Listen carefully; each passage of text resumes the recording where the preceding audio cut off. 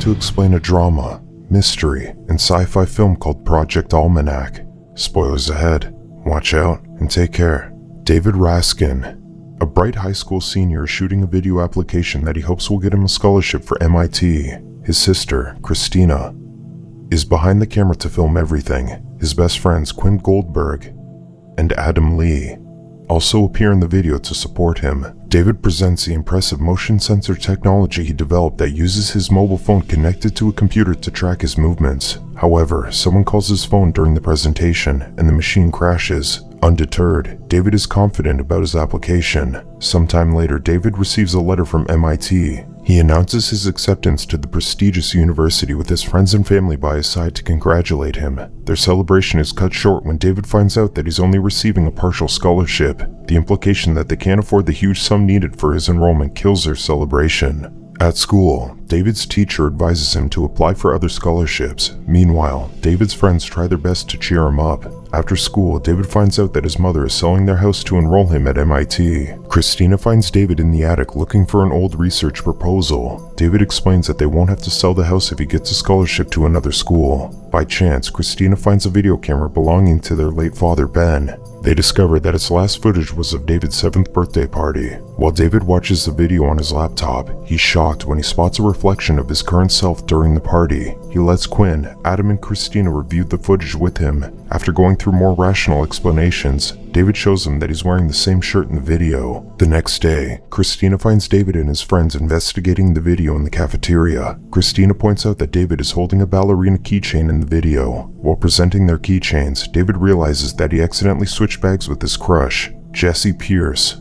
David returns the bag to Jesse, but he leaves an awkward impression. After school, the group attempts to recreate the video to find more clues. They notice that David is reaching for the basement light switch in the clip, so they head to the basement. There, they enter a locked workspace that belonged to Ben. As they go through Ben's things, they notice a clicking sound when they turn off the lights. They trace the clicks to a secret compartment on the floor where they discover a heavy-duty case containing machine parts, schematics, and documents. After some investigation, they presume that Ben may have taken part in a time travel experiment called Project Almanac, commissioned by the Classified Military Division, DARPA. Adam and Quinn are enthusiastic about building the machine, but David is apprehensive. David later watches a clip from his 7th birthday, where he says goodbye to his dad for the last time. This moment gives David the motivation he needs to join the project. After gathering supplies at the hardware store, David and his friends return to the basement to build the time machine using Ben's schematics. After working on the glass circuit that serves as the heart of the machine, they turn it on and are shocked to see Christina's hair stand on end. They trace it back to the machine's electromagnetic energy.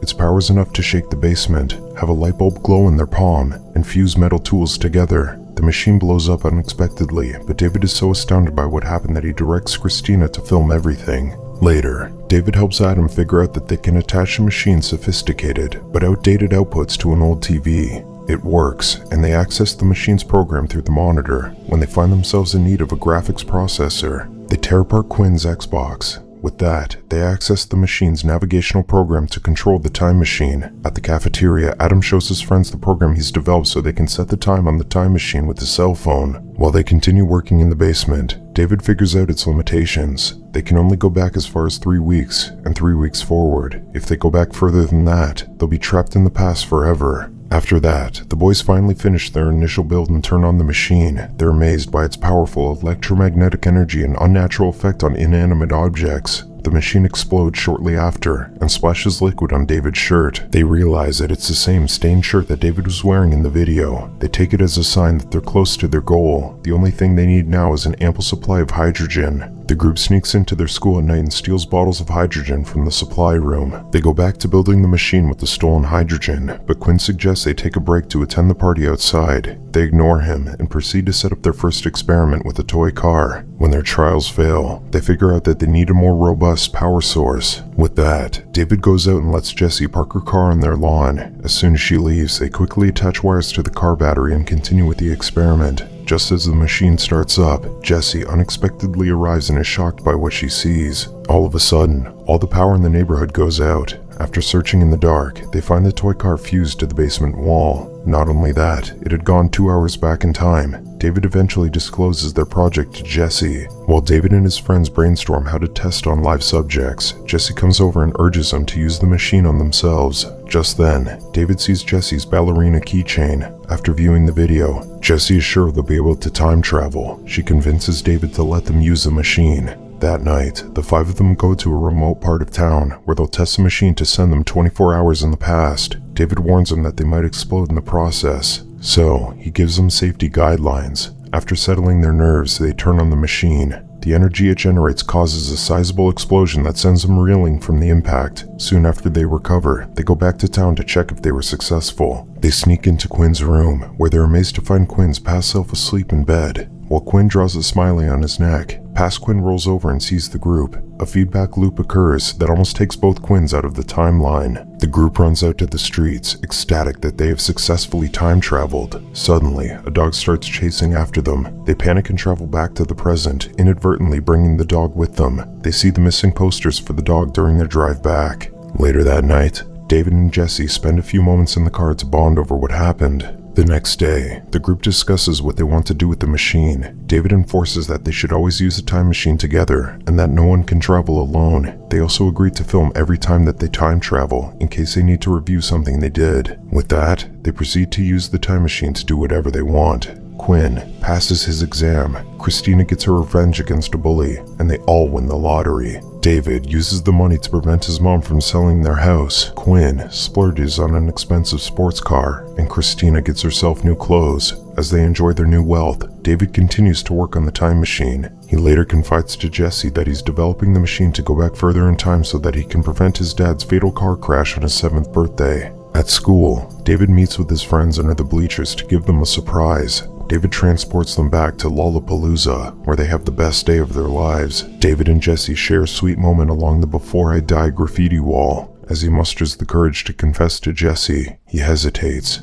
and she leaves him heartbroken. After returning from the event, they notice odd changes in the present timeline. David's mom already has a job. Quinn becomes famous on social media. Christina's bully acts like her best friend, and David and Jesse's interactions become awkward. That night, David pinpoints where it went wrong and travels back alone to Lollapalooza. He manages to confess his feelings for Jesse, and they kiss. David later returns to the present, where he's pleased to see Jesse in his room after they've slept together. The following day, David finds out that his mother still has to go to her job interviews, even though his mom already had landed a job before his solo jump. At school, David gets even more confused because all of the changes in the timeline. David later finds Quinn and Adam reading about a recent plane crash, among other calamities. Adam thinks that their trip to Lollapalooza may have created a ripple effect that caused these incidents. To prove his point, Adam explains that if their star basketball player had not been hit by a car on the night of the blackout, he wouldn't have had a leg injury, and their team could have gone to the playoffs. The pilot of the doomed airplane happens to have a son in the team.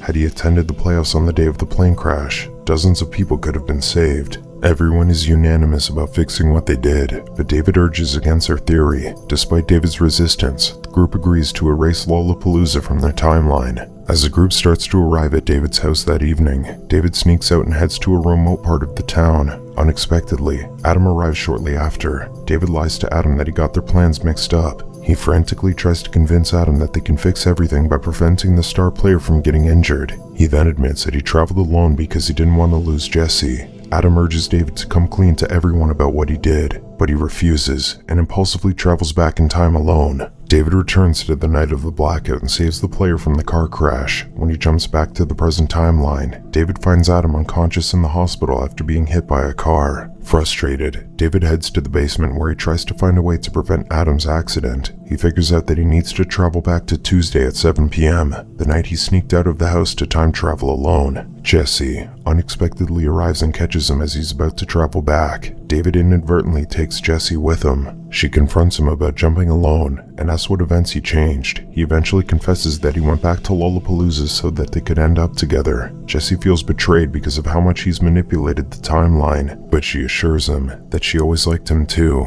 Just as they're mending their issues, past Jesse sees them both. Suddenly, a time loop is created, and Jesse disappears. David panics and rushes back to the present to fix things, but he's run out of hydrogen to operate their machine. He's alarmed when Quinn arrives frantically to tell him that Jesse has disappeared. David explains to Quinn that he has to destroy the time machine to prevent every incident that ever happened. Quinn desperately tries to convince David not to do it because it's given them something they want. Just then, an officer bangs on the front door, demanding to see David. Since he's now a suspect in Jesse's disappearance, David sneaks out of the house and runs for his life as the police hunt him down. That night, David sees cops swarming his high school building. He takes the risk and trespasses into the school. David scrambles across the halls and breaks through the doors to steal a bottle of hydrogen from the supply room. Just as the police arrive to capture him, David manages to travel back in time. He wakes up and finds himself in 2004. He goes straight to his house and walks in on his 7th birthday, just like in the video. He makes his way to the basement, where he finds Ben.